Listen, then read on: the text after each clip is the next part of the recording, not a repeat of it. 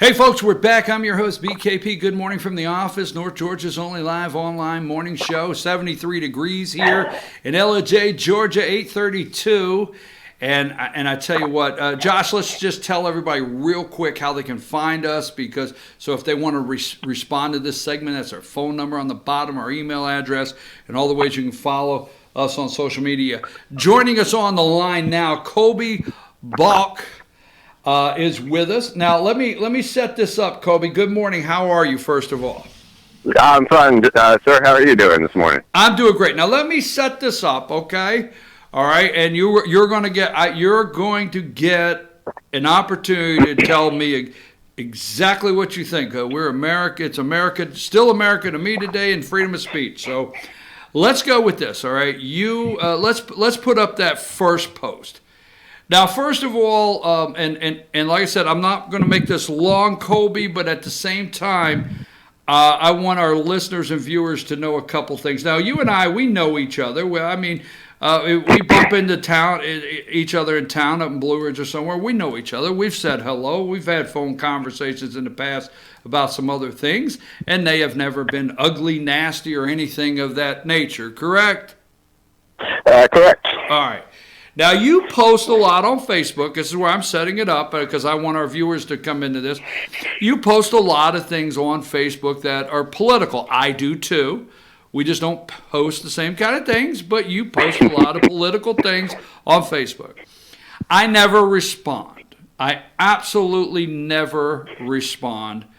But the other day, on July 18th, and we're going through this racism, it seems like the conversation on every news network is something to do with racism. And I never respond, but you wrote this. This is what you wrote, and we have it on the screen. I'll make it simple. If you continue to support his actions and defend his words, you are condemning racism, and you are not a decent American nor a decent human being. All right? So I know you didn't write that like to me, like, hey, Brian, look at this. But I want to say this. When I read this, I felt that was to me. I mean, because I'm going to go there, and then you're going to have the mic.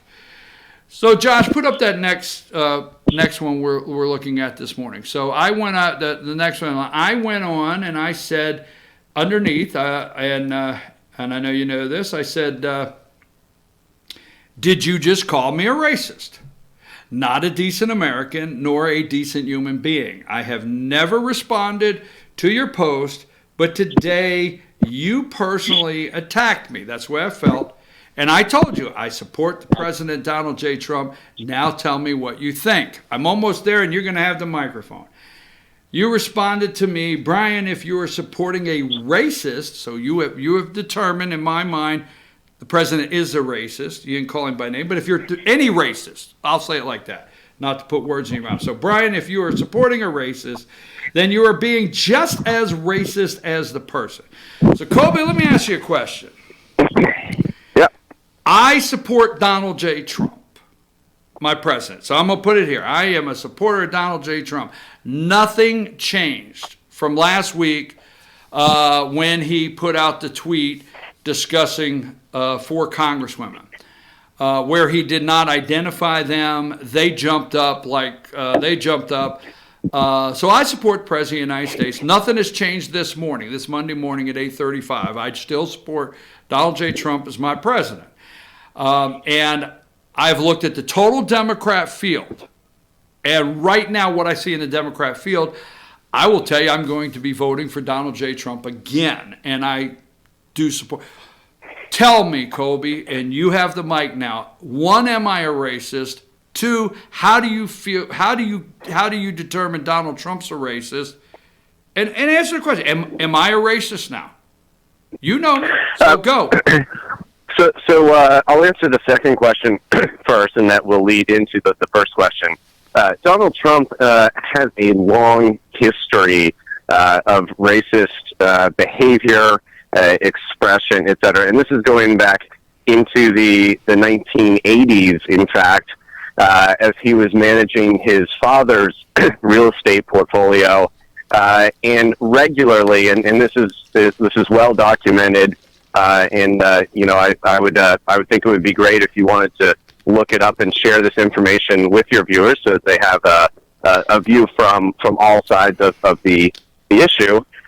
He has a long history of well-documented. These are court cases that have been filed against Trump and his organizations. These are individuals who have specifically referred to Donald Trump, who have worked closely with him and referred to his racist policies, his racist expressions of himself. And, lawsuits have been filed, charges have been filed, settlements have been come to, etc. This isn't something that has just started, but it is something that it shows the character of the person before he became, a public figure, before he became an elected official. During the time at which he's been running for office and in office, he continues to knowingly incite the racist tendencies of many of his followers. He revels in the attention that it gets him. He basks in the glow of feeling popular because he is expressing what many people are feeling inside, this inner deep racism that many people, unfortunately, in our country still feel today. There's this insider versus outsider and us versus them mentality that unfortunately perpetuates in America, and he stokes that because it gains him popularity, it gains him attention, and it gains him the approval that he probably never had from his father, from his family. He's out there searching. I feel sorry for the guy in many ways. He's out there searching for the love that he never got when he was a child, and as a father myself, the most important thing that I can do to my children is to make them feel loved, to never make them feel like they're not worthy, to never make them feel like they're not sufficient, to make them feel loved so that they don't go out in the world and try to project hate towards other people and stoke the hate that other people feel. And when Donald Trump gets in front of an audience of several thousand people and he sits there for 15 seconds and listens to them chanting, send her back, which is has been documented in court cases, is in, U.S. criminal law, that is officially a racist sentiment. It is expressing something that goes against the very nature of America itself. America was founded on people coming to a place from other countries where they were fleeing persecution, where they were fleeing danger, where they were fleeing intolerance and the inability to speak their minds and to be considered equal among others. People came to our country throughout history to escape that, and America has always been a safe haven for that. And that's one of the most crucial aspects of being an American, is that we take care of outsiders. We bring them into our fold. We are the melting pot, and we cherish that, and we value that. And what Donald Trump did in front of that group of people, after making his tweets that he again knew would stoke the racist tendencies of many of his supporters, and I do understand, and I do want to differentiate that there are many aspects that people have mentioned. They said, well, I don't like his behavior, but I like his policies. I understand that, and I don't think that if you like his policies that you are a racist person. I don't think that if you prefer the Republican Party or prefer a conservative ideology that you are a racist. But what Donald Trump has done is he has stolen your conservative values. He has stolen your Republican Party. He has taken away what makes your values important and relevant, and he has tarnished them with his racism. And so what I would say to you is, if you are continuing to support his behavior and his position as a role model to Americans and people all over the world, then you are condoning his racism. You are putting your stamp of approval on his racism.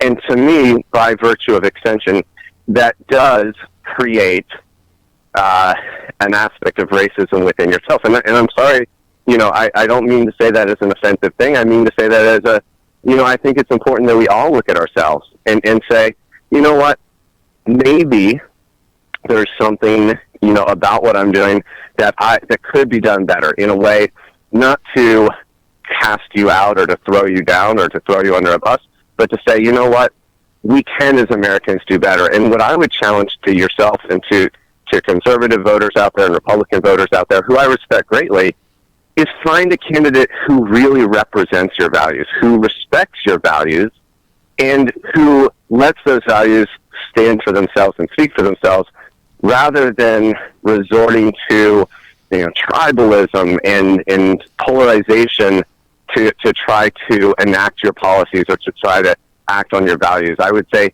find a candidate who better reflects what it means to be an American, which means we welcome people from diverse backgrounds. We welcome people who have different opinions, and we celebrate those people in our national public spotlight.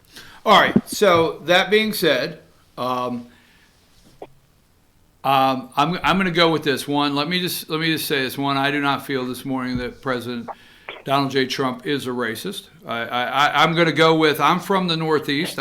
Very seldom do I throw that out here where I live, but I'm from the Northeast, and I grew up during the days of Donald Trump developing in Manhattan and all over New York and being on the nightly news. But I'm going to say he's not a racist. But let's go with Let's go with your assessment that he's a racist, because your assessment is Donald J. Trump's a racist, period. Can we go with that? Correct. Okay. And your assessment that I heard, that if you say it's his policies that you like, that's one thing. But if you support the president and you support what he is doing and his tweets and things of that nature, you're sharing that you have to have some sort of racism. I feel at the end there, concerning the way I support the president, you feel I'm a racist. But let me say this. Let's double back a minute, okay?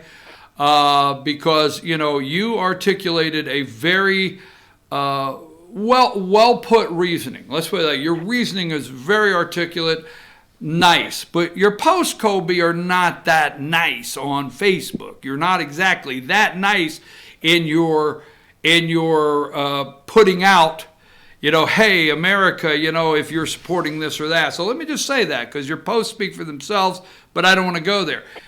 You said Trump, and you started with his racism, and I want to ask you directly. You started with his racism all the way back when he was in construction with his dad, probably, I think, out in the Queens, and I do know the lawsuits and discrimination lawsuits about blacks in the apartments. I'm not going there, but I know where you're at on that. So let me ask you a question. So Bill Clinton, okay. Do you feel, and I'm not setting you up, do you feel Bill Clinton was a good president? Did you like Bill Clinton as a president? Would you say today that, hey, you thought Bill Clinton did a good job as president? And I'm not setting you up. I just want to know, how do you feel about Bill Clinton, president of the United States of America? I think that Bill Clinton, man, that is a really tough one, because he certainly has aspects about him like any human being is flawed. His treatment towards women, his attitudes towards women are certainly not what we should all hold ourselves up to. As a president, he did several things that I think were beneficial. He lowered the deficit. As a matter of fact, I believe, correct me if I'm wrong, he is the last president under whom we actually had a budget surplus, which is another aspect, which I would ask you to consider about Trump's presidency, is, he ran on this promise of eliminating the deficit, and I think, in fact, eliminating the debt, but instead, in a booming economy, he has ballooned that deficit. Let me say this though. I'll be glad to do it at another time, because I love a good debate. I don't like a good attack. I don't attack people. I don't want to attack. I love a good debate. We'll do, if you want to do that another time, because don't take this wrong. I mean, we've got three branches of government, and we've got the House of Representatives has the money and so forth. So we don't want to go down that right now, because I'm not going to uphold Trump with the deficit. But at the same time, that's a broad paintbrush in this country. So don't take that wrong. But I want to double back, because the reason I asked you about Bill Clinton is you did go and what would you say? let's say this, okay? And I know ugly words, but, they're getting said every day, these ugly words. So you're saying Bill Clinton did this, and you brought out some positives, and I'm going to agree, right? Mm-hmm. But these are my words, not Colby's. But you were able to overlook he was a scumbag. I'm sorry, okay? We didn't have the big social media. You were able to overlook what he did to this young lady that was in his Oval Office. You're able to overlook that. Okay, you're able to overlook Jeffrey Epstein, which has Pedophile Island, which we have proof that Bill Clinton's been on the plane 26 times down here to this island, and he even shook Secret Service. Now, we're not going to go there, but what I'm saying is you're able to identify and call me out as a racist, Donald Trump as a racist, and you gave your reasoning.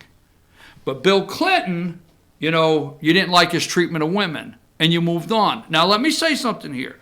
So, let's go back to racism. Bill Clinton signed the crime bill. And this is just my assessment, and I think I'm pretty good at it. You can go look it up, and we can debate it again. But Bill Clinton signed the crime bill. You know what the crime bill did? It basically, Colby went through the inner cities of the United States and rounded up young black men. Simple as that. And put them into jails that were run by private companies. Now, yeah, and I think that's atrocious. But and exactly. I would absolutely. Well, wait a minute. I want to get Colby. I want to get to one other part because we're dealing with Trump and racism, and you laid out your reasoning. So the crime bill basically rounded up young black men. It separated these young black men from their families. Now, if you go and do a study on young males, black males in inner cities that without fathers and they went to prison, okay, the crime bill incarcerated record numbers of black men. So, Colby, Trump's a racist, but nobody talks about his criminal justice reform. The criminal justice reform that took place, that Donald Trump led the way, do you know who the biggest benefactor is? Black males that are incarcerated. That's actions. Those aren't words. That's actions. Let's just take that right there. Are you really sure you can label Donald Trump as a racist over these 4 congresswomen? No, I think it's a body of work.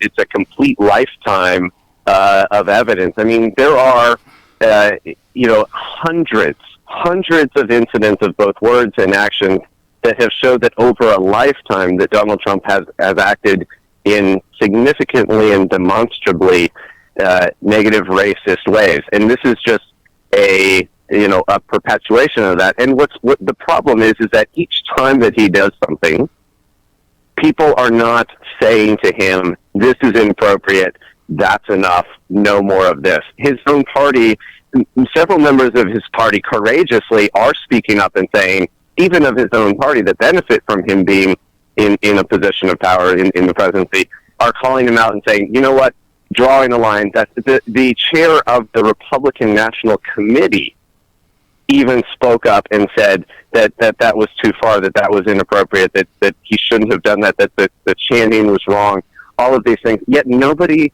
is calling him out and holding him accountable for these words and actions. So these words and actions continue. And that's exactly what happened in Nazi Germany, was that nobody told Hitler, what you're doing is wrong. Nobody said, you have to stop it. And so things got worse. You're better than they that, continued. Colby. You can't equate Donald Trump to Nazi Germany. You can't do it. It's not. You absolutely can. No, you cannot. Absolutely can. No, and the same thing happened where nationalism was stoked, racism was stoked, and it got worse and worse. And people kept saying, "Oh, well, it's not that bad," or I don't like what he's saying, but I like his policies, or you know what, those people are really bad, and we they're hurting us, so it's okay to say bad things about them, and that it's a slippery slope that leads to the events that happened in Nazi Germany. And it was the tolerance of people that said, you know what, yeah, he's making statements that are racist, but it's not against us, so so we're okay with that. And it's just words, so it's not really hurting anybody. But that is the slippery slope that then leads to actions, and that permissiveness of intolerance, that permissiveness of racism creates a society and a culture that allows great tragedies and atrocities to happen. All right, let me say this. I want to move the direction because I want to go here because I think here's my belief. We won't have time. You asked me yesterday when I said, would you come on? You said, how long would it be? And I don't want to tell people where you're at or nothing. I wouldn't do that to you. But you are sharing some, you're getting some quality time in your family. So we don't want to take away that. What I want to do, though, is I don't want to leave this because I feel, these are my words, I feel if we had time, I would detail it, but I feel we were doing much better racially. Things were moving along racially. The divide was closing. We were healing in America. And then Barack Hussein Obama was elected president of the United States, and I believe I call him the divider in chief. I say that jokingly on the show here, but I think he did everything he could to divide us into a racist country. And I don't have time. We'll come back because you got to remember, I'm not from Georgia. I'm from New Jersey. And hell, Cody, I said that out loud. Everybody now knows. Okay, I grew up in New Jersey. I grew up in a very diverse neighborhood as a kid. So I don't tolerate if somebody directly says I'm a racist because they don't know me. They don't know the Jewish kids I grew up with. So I don't, I got a lot of friends in Brooklyn. We'll leave it there. But what I'm saying is I feel we've been divided intentionally by a media that runs a narrative. So with that being said, I don't think we anger, okay? I don't think it's right. And the left, we'll call it the left, and I'm not going to say the right doesn't at all, but the anger. Now, my post to you back, when you posted, when I wrote what I did, I didn't use any foul language. I didn't say anything ugly. I didn't call you any bad names. I just said, hey, I'm going to extract this out of your post, right, Colby? And I'm going to say, hey, are you saying this to me? Would you agree? That was the extent of it? Correct. Okay. Why didn't you defend me when your friend, let's put number 28, and folks out there, I'm sorry, but we're leaving the words up because you just need to see it. Why didn't you go under and defend me instead of going under and putting a new post and highlighting the possibility of me being racist? Why didn't you go under there when Gala, whatever her name, said, Brian K. Pritchard, I will bite. You're either an effing idiot who is willfully ignoring what Trump is doing, or you're an asshole racist who agrees with him. Why didn't you hit a reply under that and say, whoa, wait a minute, because see, this is the first one on that post. Why didn't you come and say, hey, that's not who we are? Because would you agree, you and I are having a pretty good discussion this morning, right? We're not yelling at each other. Why didn't you go under there and tell that individual, hey, let's back away from that. Let's not, if we're going to have a debate, a healthy debate on how we feel in this country, let's not go there. Because you saw that post, right? And I agree, and I apologize for not doing so, and I would like for us all to come together and have more, rational, reasonable conversations, and that's why I agreed to call in to your show in the hopes that we could have we are, but my question is, why didn't you go under there and say, look, he has his opinion, I have my opinion, we know each other, and I don't want this to go down the ugly trail that it is. You had that chance. And I will do that. Well, wait a minute. Well, wait just a minute. Wait just a minute, because I know you followed this, because I think you and I both know that this took off to like 70, 80 comments, and I never got back in the conversation. So let's go to number 26. I just want to bring this up. I'm just saying these are things that I feel good that you read because you have posts under them. So number 26, do we have that up there? Yeah. Why didn't you go under Ellen Caldwell? All right. Brian K. Pritchard, you are a racist. Why are we determining that in America to each other that we don't know? I never met this person. You are a racist, an enabler, and not true American. History will remember you. I will resist you. Shame on you. Well, I'll have to tell you, that is 20 times uglier than the President of the United States tweeting out, hey, if you don't like this country, leave. I just got personally just attack there. And I want to give you one more, and I'll give you a chance to say what you want. And I know you're, like I said, you're spending time with your family, and I don't want to take that away. But let me go to this one here, Josh. I'm pretty sure I have it here. And stay with me, Cody. I thank you for bearing with me. I had one more I wanted you to look at or make a statement on. Okay, so Nicole, let's go to 25, Josh. Nicole, all right. Brian, darling, it isn't the word your people are for situations like this, snowflake, because it's blizzarding out there, baby. Now, I'm not upset with that. I'm not mad at any of them. It's freedom of speech. But here's the one I really like that I think you should have took a minute as a person that you and I know each other, and I don't mistreat my fellow man. Let's go to number 24, and then we'll walk away from this, Cody.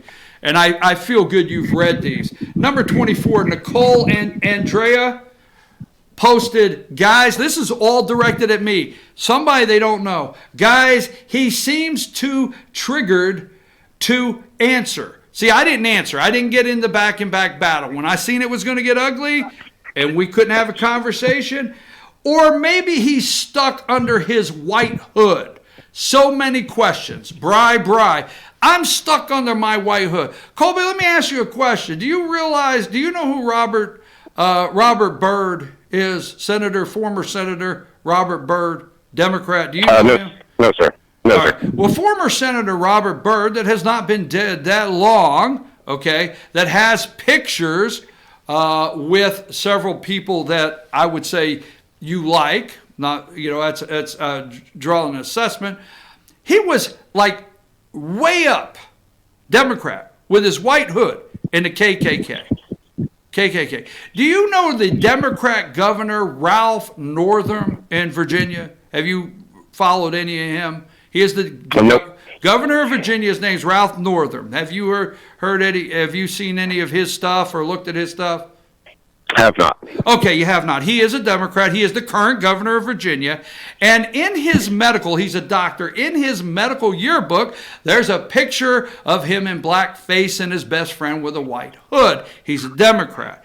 Now, let me ask you one more thing, and I'll walk away, because this goes all the way back to the Great Society. And as you started out this morning in studying Trump from Queens, let's just go back to the Great Society of Lyndon Baines Johnson. Now, I don't know your age. I personally don't remember him. I was just a very young kid when he was president, just a baby. But do you remember Lyndon Baines Johnson, the president of the United States, Democrat president?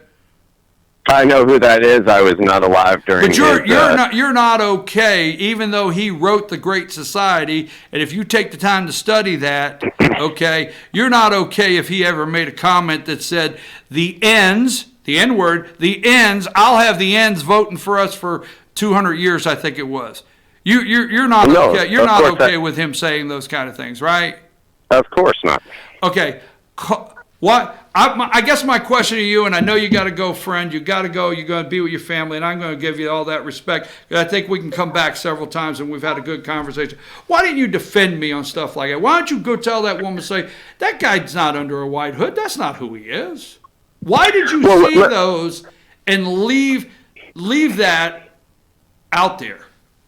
Let me ask you a counter question. Why, when you have in any of your previous posts, previous conversations, when you have ever heard anyone issue a comment which is demonstrably offensive, demonstrably racist, talking about, let's say a gay woman as a lesbo, using offensive language, using offensive expressions of themselves, have you and do you make a concerted effort, and can you show this, that you have refuted those people every single time and stood out and said, you know what, that is ridiculous, that is offensive? Because that is what I am asking for people to do. And you know what? I have not responded. There are certainly times when my posts elicit, a lot of polarization, and I lament that. I wish we could all come together and sit down and have Colby, the constructive conversations. clarification on that, you're 100% right. So if I'm sitting somewhere, listen, I'm going to say candidly, okay? I'll tell you 3 times where I'm from. And when we were 10 years old, we weren't in the deep south. We weren't in Mississippi. We were in New Jersey, okay, about 35 minutes from New York City. So when we went and played baseball, 12 or 13 of us 10-year-old kids said some pretty rough stuff. And we were not in the deep south, and there was kids that said rough stuff that was Jewish, whatever. Go on. Leave it there. What I'm getting at, Colby, is this was your post. So if you wanted to say, hey, if I see somebody call somebody a lesbo, I should nix it and say, don't do that, I get it. But or not do it yourself. I not do it myself. But what I've done, what I'm asking you is, this is your post. We go on, you and I know how social media is. We make a decision we're going to write. I write stuff all the time. And I tell people it's my opinion, Colby, and I don't have a problem with yours. And I never answer yours. It's your opinion. But on this particular post, it belongs to you. You started the vein. So everybody that came under that post was in response to you. And then I got personally attacked all the way through it. So what I'm saying is, it's your post. You know, I would think down through there you'd say, hey, he asked a very debatable question. Let's try to keep it in line or whatever. So, you know, I'm not saying, I'm not angry. I just really wonder why, like, you would see somebody tell me I was under my white hood. I will tell you this, okay? It's not my post. So I didn't feel responsible to go on your post and start calling everybody out. Now, I had a post. And I let it fly because I wanted to see what everybody said, how sensitive this was. And on both sides, there's some ugly stuff. But I thought this right here. I said, you know, I'm waiting to hear Colby say, you know what, I know this guy. I mean, you and I obviously disagree. So let's just go there. But it's not an ugly. It's not, I mean, and that's what I want America. I don't want us to be ugly to each other. And when this thing turned ugly, instead of you supporting me, you didn't say bad words. But you said, Brian, if you're supporting, you didn't defend me. I got a quick question. You got to go. I keep saying that, Colby. That's the way I am. So, would you identify yourself as a socialist, a Democrat, socialist Democrat? How would you identify your political views? Can you do that? I would say that the mistake is that people try to identify political views and put them under labels that can be misappropriated by others. What I would say is, that I believe in the golden rule, that you should do unto others as you would like them to do unto you, and you should treat other people as if that is the way that you yourself want to be treated. And that is something that I have not seen the establishment do. I have not seen President Trump do. I have not seen recently the Republican Party do. But you see I have that not on the seen Democrat so many side? politicians. I see a hugely flawed organization in the Democratic Party as well. I see that there are many people who take advantage of the system, and that's why I said I don't like any of those labels. I think what we should be doing is bringing America back to the values that make us human beings, that make us people, and stop giving power to these politicians who are spewing hate, who are spewing on both sides of the aisle. I hold, you know, Democrats as responsible for, you know, for their negative behavior as I would hold any Republican or independent. I think it's important we get back to being good humans who take care of other people, and that's what's gotten lost in all of this nonsense about, you know, racism and immigration and all the other issues that are at the forefront of society. Is that everybody is forgetting about taking care of other people. Forget about yourself for a moment and take care of other people. That's what I believe in, and that's what Jesus would have said to all of us. That's why he came down to say, you guys have got it all wrong. You're persecuting other people. You're not taking care of your neighbors. You're not taking care of those less fortunate.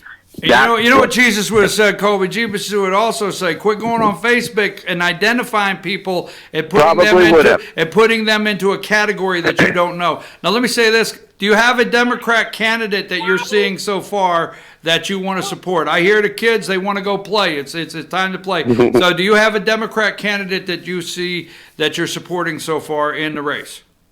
I'm not sure. What I'm most interested in seeing is the conversations about what's best for America and what's best for American citizens, and that's healthy. And as opposed to last year in the Republican primaries where it became a name-calling contest, I'm happy to see a primary in which the issues are first and foremost. The issues are front, in primary, and more important than the than the identities or the name calling. It's supposed to be about issues, and I love to see that there's a debate about the issues. And I don't know who's got the best ideas or who's got the best policies, but I can tell you that I'm glad that the debate is focused on the issues. And I wanted to say one last quick comment is that you yourself said something that did come across as very hypocritical, that you on your post allow a discussion to happen, allow people to express what they want on both sides and go back and forth, and there's some negative on both sides.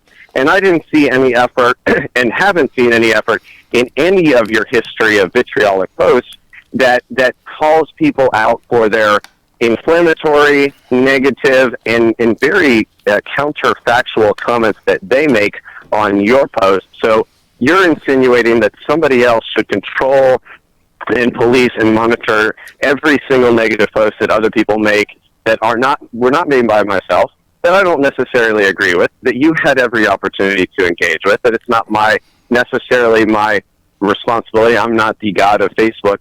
But you yourself are very reluctant. In fact, I haven't seen any evidence in which you have called out your people who agree with your positions, people who make very inflammatory and negative and racist comments on posts that you have initiated that are under your Facebook or social media control, that you don't respond to. You don't call them out for their negativity. And then to point out to one specific example where I did not immediately respond to negative comments that I don't necessarily agree with, made by other people who are angry because our world is being torn apart. And while I do not agree with the way they express their anger, I do understand their anger. I do understand why they're upset, because our world is being torn apart by a lot of negativity, and that negativity is coming from the top, and it should not come from the top. Our president should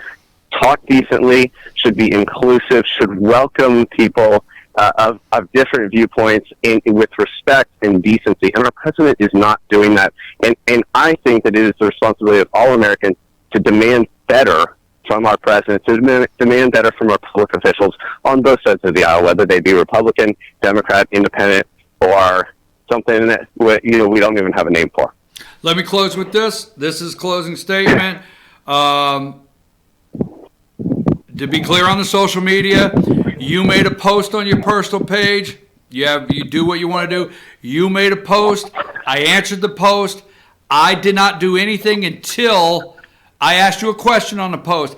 I did not do anything until I got attacked with foul language, calling me names, okay? So on my post, so the viewers know out there, I questioned you not calling them out on your personal post that you wrote. Immediately they attacked me. So what I did is I took your post as a test to see what was out there, and I put up, hey, look at what just happened and how I got attacked. And I put the attack, and I put your post, and I put my comment, and I said, basically, I'm not quoting it, but I basically said, go. And I left. If you go down through there, I did not delete anybody from a liberal side.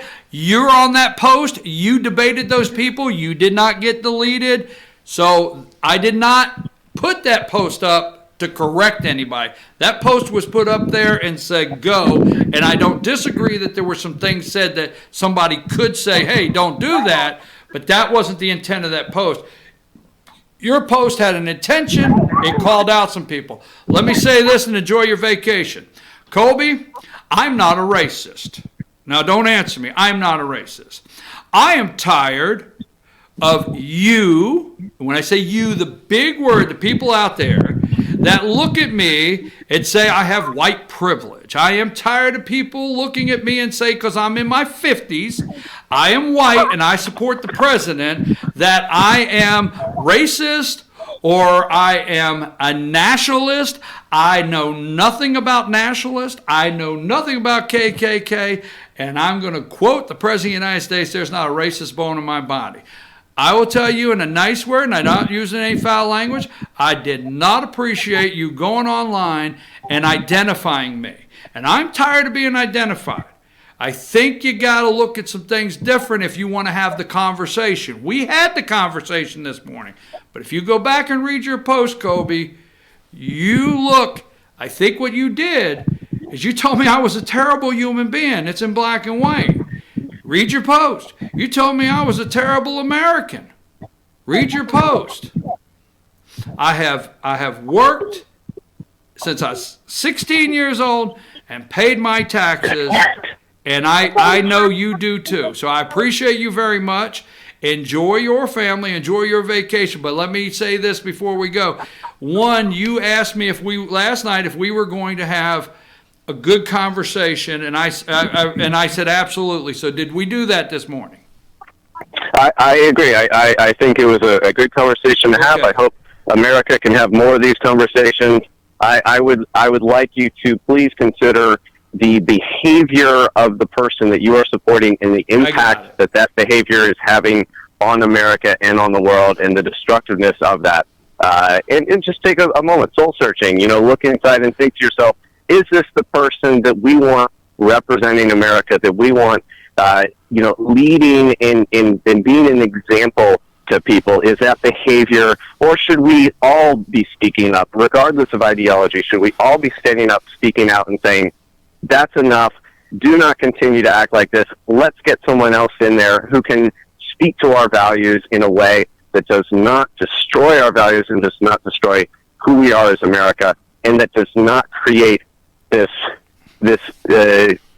system of hatred as a means to an end, rather than something to be. I'm looking at the clock, and I'm I'm as guilty as you are. I'm as guilty as you are. You need to go enjoy your vacation. But one more question: will you come back on and we pick some subjects and continue our debate?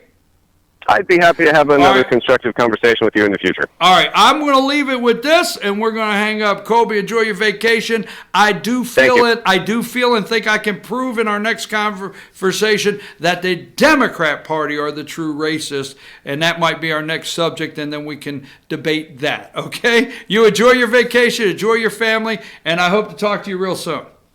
Have a good day. You too. All right, folks, we're going to take a break. We're going to take a break. I'm your host, BKP. Good morning from the office. I'll come back and break that down just a hair. Don't want to get too much into that, but we got Mueller time. And then we have instant replay today at 11:10. We'll go into that as soon as we come back. Josh, take us to break.